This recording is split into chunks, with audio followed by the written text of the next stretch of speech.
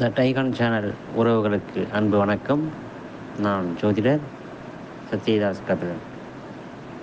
நண்பர் விஜய் அவர்கள் கேட்டுக்கொண்டதற்காக இந்த சேனலில் ஜோதிடம் சம்பந்தப்பட்ட மாத பலன்களை நாம் வழங்க இருக்கிறோம்.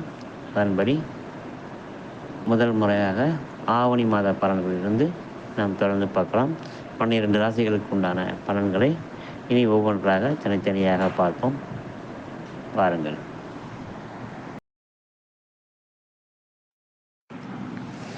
அடுத்து நம்ம பார்க்க போகிறது மிதுன ராசி. மிதுன ராசிக்கான ஆவணி மாத பலன்கள். மிதுன ராசிக்கான கிரக சஞ்சாரத்தை பார்க்கும்போது 2ஆம் இடத்துல புதன். இவர் ஒரு 5 நாள் இங்கே இருப்பார். 5 நாள் அடுத்து சிம்மத்துக்கு போயிடுவார். அதுக்கு அடுத்தது 3ஆம் இடத்துல சூரியன், சுக்கிரன். இந்த சுக்கிர பகவான் ஒரு 10 நாள் தான் அங்கே இருப்பார். அதுக்கு அடுத்த ஒரு 20 நாள் கண்ணியில் இருப்பார். 4ஆம் இடத்துல கேது பகவான். 9ஆம் இடத்துல சனி பகவான். 10ஆம் இடத்துல ராகு பகவான். 12ஆம் இடத்துல செவ்வாய், குரு. இந்த செவ்வாய் ஒரு 10 நாள் தான் அங்கே இருப்பார். அதுக்கு அடுத்த ஒரு 20 நாள் உங்களுடைய ராசிக்கே வந்துடுவார். இந்த நம்ம கிரக சஞ்சாரங்களை நம்ம பார்க்கும்போது புதன் லாபாதிபதி தன்னுடைய ராசியாதிபதியே 2ஆம் இடத்தில் தனஸ்தானத்தில் இருக்கிறதுனால நீங்கள் நினைக்கிறதெல்லாம் தங்கமாகும். இதெல்லாம் திட்டம் போடுறீங்களோ அதெல்லாமே பணமாக ரிட்டர்ன் வரும், ஆதாயமாக வரும்.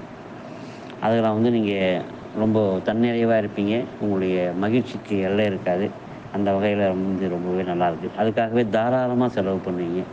உங்களுடைய கணவர், உங்களுடைய குடும்பம், உங்களுடைய நண்பர்களுக்கு நீங்கள் அந்த வருமானத்தில் அதிகமாகவே செலவு பண்ணுவீங்க. ஏன்னா 10ஆம் இடத்துல ராகு பகவான் ஒன்றுக்கும் மேற்பட்ட துறைகளில் உங்களுக்கு வருமானத்தை கொடுப்பார். அதையும் சேர்த்து சுப செலவுகளையும் பண்ணுவீங்க. நிலம் சம்மந்தப்பட்ட, ரியல் எஸ்டேட் சம்மந்தப்பட்ட, பில்டிங் சம்மந்தப்பட்ட முதலீடுகளும் பண்ணுவீங்க. தாராள செலவுகளும் பண்ணுவீங்க. செலவுகள் அதிகமாக இருக்குது, ஆனால் எல்லாமே மகிழ்ச்சியான செலவாக இருக்குது அப்படின்றது தான் உண்மை. 10 நாள் பொறுத்து செவ்வாய் ஜென்மத்துக்கு வரும்போது உங்களுடைய ராசிக்கு வரும்போது தனக்குள்ளவே தனக்கு ஏதோ வியாதி வந்துச்சு போலவே அப்படின்னு சொல்லிட்டு கொஞ்சம் அதிகமான கற்பனைகள்லாம் இருக்கும். உஷ்ணம் சம்பந்தமாக இருக்கும்போது ஏதோ கற்பனைகள் வரும். சாதாரணமாக மூச்சு பிடிச்சிச்சுனாக்கா செஸ்ட்டுக்கு கீழே மூச்சு பிடிச்சிச்சுனால ஐயோ நம்மளுக்கு ஹார்ட் ப்ராப்ளம் வந்துருச்சோ அது மாதிரியான ஒரு விபரீத கற்பனைகள்லாம் வரும். அதெல்லாம் ஒன்றுமே இல்லை. உங்களுக்கு 4ஆம் இடத்துக்கு எதுவும் அந்த பயத்தை ஏற்படுத்துவார். என்னதான் இருந்தாலும் அவர் ஒரு குருவுடைய பார்வையில் இருக்கிறதுனால நிச்சயமாக அந்த மாதிரியான பாதிப்புகள் எதுவுமே இல்லை. 9ஆம் இடத்து சனி பகவான் பூர்வீக முன்னோர்கள் செய்த பாவங்களை நிவர்த்தி பண்ணுறதுக்கான காலகட்டமும் இது இருக்குது. இந்த சனி பகவான் இருக்கிற வரைக்கும் அது இருக்கும். இருந்தாலும் அது சனி பகவான் உங்களுக்கு ரொம்ப அதிநட்பு கிரகம் அப்படின்றதுனால உங்களுக்கு சனியால் பெரிய பாதிப்புகள் வராது. தந்தை தாய் உறவுகள் சீராகவே இருக்கும். அவங்க மூலயமா ஆதாயமும் இருக்கும். அவங்க மூலயமா உடல் உழைப்பும் உங்களுக்கு இருக்கும். 10ஆம் இடத்திலாக ஒன்றுக்கும் மேற்பட்ட வருமானங்களை தருவார். அதே நேரத்தில் கொஞ்சம் அலைச்சலையும் தருவார். உத்தியோகத்தில் கொஞ்சம் அலைச்சல் இருக்கும். திட்டமிட்டு நீங்கள் செய்யணும் அப்படின்றது தான் ஏன்னா சனி பகவான் 9ஆம் இடத்துலேருந்து சில விஷயங்களை திட்டமிடாத மாதிரி குழப்பத்தை விடுவார்.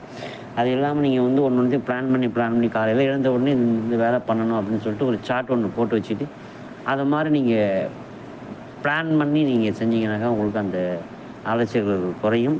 ராகு பகவான் அதுக்கு அந்த லாபத்தை தருவார். ஆவணி மாதம் சூரிய பகவான் 3ஆம் இடத்துல ஆட்சி பெற்று இருக்கிறதுனால தன்னம்பிக்கை மிளிரும். ரொம்ப அசால்ட்டாக இருப்பீங்க. அசாத்திய துணிச்சல் வரும். எல்லாத்தையும் செஞ்சு முடிக்கும். என்னால் முடியும் அப்படின்னு சொல்லிட்டு மார்த்தட்டி சொல்லுவீங்க. அதுக்கான துணிச்சலும் தைரியமும் இருக்கும். அதே நேரத்தில் அதை செய்வீங்க. என்னை பொறுத்த வரைக்கும் அதை நீங்கள் சொல்லாமல் செயலில் காமிக்கும்போது அதனுடைய வீரியம் அதிகமாக இருக்கும் அப்படின்றது தான் உங்களுக்கான தகவல். மற்றபடி பெரிய பாதிப்புகள் எதுவுமே இல்லை. விரயஸ்தானத்தில் செவ்வாய், குரு இருக்கிறதுனால செவ்வாய் ஜென்மத்துக்கு வரும்போது நிலம் சம்பந்தப்பட்ட துறைகளில் நீங்கள் முதலீடு பண்ணும்போது இல்லை புதுசாக இடம் வாங்கும்போது நீங்கள் மூலப்பத்திரங்களையும் ஆராய்ந்து சரியாக இருக்குதா அப்படின்றத பார்க்கணும். ஏன்னா சனி பகவான் 9ஆம் இடத்து அதிபதி நம்மளுடைய பிதர்களுடைய சில பாவ செயல்களை எங்கேயாவது கோத்து விட்டுருவார். நிலம், பூமி சார்ந்த விஷயங்களில் ஏதாவது வில்லங்கங்கள் ஏற்படுறதுக்கான வழிமுறைகளும் ஏற்படுறதுக்கான வாய்ப்புகள் இருக்குது. அது இல்லாமல் இருக்கிறதுக்கு கொஞ்சம் கவனமாக இருக்கணும். மற்றபடி 4ஆம் இடத்துக்கு கொஞ்சம் உடலை அசதிப்படுத்துவார். உஷ்ணம் சம்பந்தப்பட்ட பாதிப்புகளை ஏற்படுத்துவார். சில பேருக்கு அறுவை சிகிச்சைக்காக காத்துட்ருக்கிறவங்களுக்கு சில அறுவை சிகிச்சைகள் நடந்தே தீரும். அதுக்கான அமைப்பும் இருக்குது. ஆனால் வந்து அதை எல்லாமே சரியாக்கிறதுக்கான அமைப்பு தான் இப்போ சூரிய பகவானும் இந்த ஆவணி மாதம் உங்களுக்கு கொடுத்துருக்கிறார். அதனால் பெரிய பாதிப்புகள் ஒன்றும் இல்லை. ஆவணி மாதம் சிறப்பாக இருக்க இறைவனை பிரார்த்தனை செய்வோம். வாழ்த்துக்கள். வாழ்க வளமுடன்.